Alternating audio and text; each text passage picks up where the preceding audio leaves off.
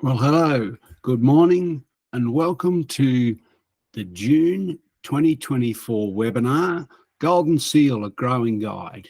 And in this webinar, I'm really going to dig deep into all the little bits and pieces about growing this wonderful herb, all the cultivation techniques that I've tried, and also the cultivation techniques by other successful growers here in Australia.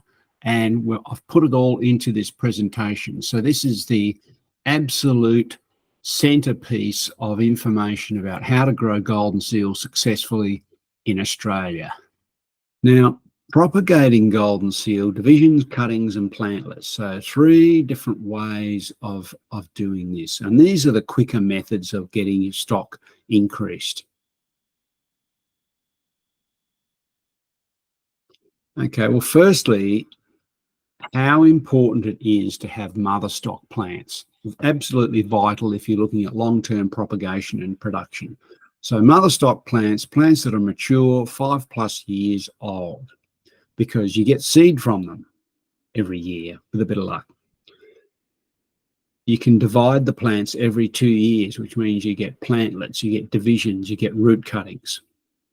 So this is a critical part of being a serious grower. And you can see there my bathtub where I did a trial growing of golden seal, and it worked out very successfully.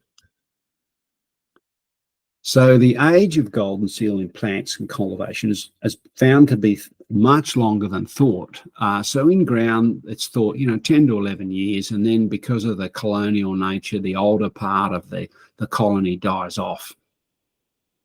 However, growers in Australia have found if you're repotting in fresh potting mix every 2 years, those plants will continue to grow for a long time, and you'll get very large mature plants that will give you a whole lot of propagation material each year. So using that method, you're getting a seed harvest each year, and every second year you're getting a physical division separation of the plant. So a way forward with this plant is obviously we need to build up mother stock. So we've got enough plants to get ourselves into a regular harvesting schedule, and also we've got enough plants for other growers. Build up a community of growers, and also test the efficacy of the product through either through in a clinical setting or in a laboratory setting. But of course, in the clinic is where you want to see the efficacy of the material happen. We're looking at a new economic model for this. No longer are we going to be selling wholesale at the farm gate like so much the agricultural enterprises in Australia. We really need to craft this differently so it supports people having this as a sideline business, and they can earn right living and the right amount of money in respect for their effort and the work that they do.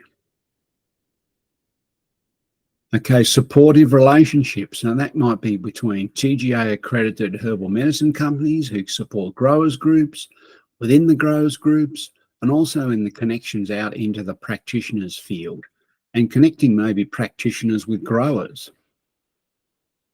Also another action, leaf and stem harvest, which might be a way to sustainably get a harvest of, say, tea or salve making, and that takes the pressure off the rootstock.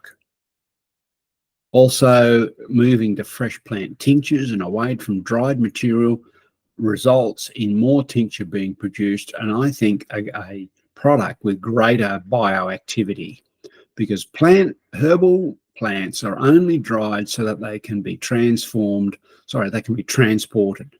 There's a few exceptions where they're dried, where that it attenuates the action of the herb, and that's needed for it to be in a usable form.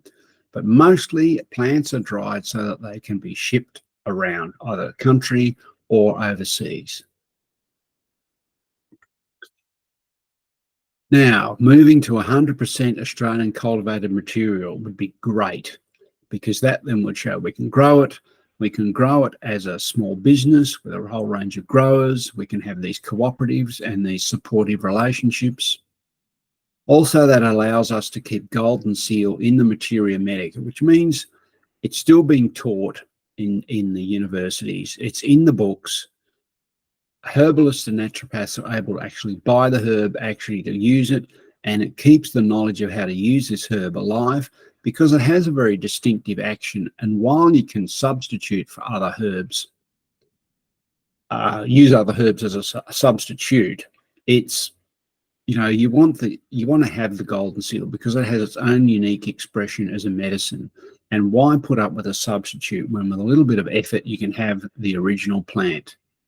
And then, of course, use this model to tackle a whole range of other endangered herbs, arnica, rhodiola, and sundews. There's a whole range of herbs that just were begging to be cultivated and supported in this sort of model.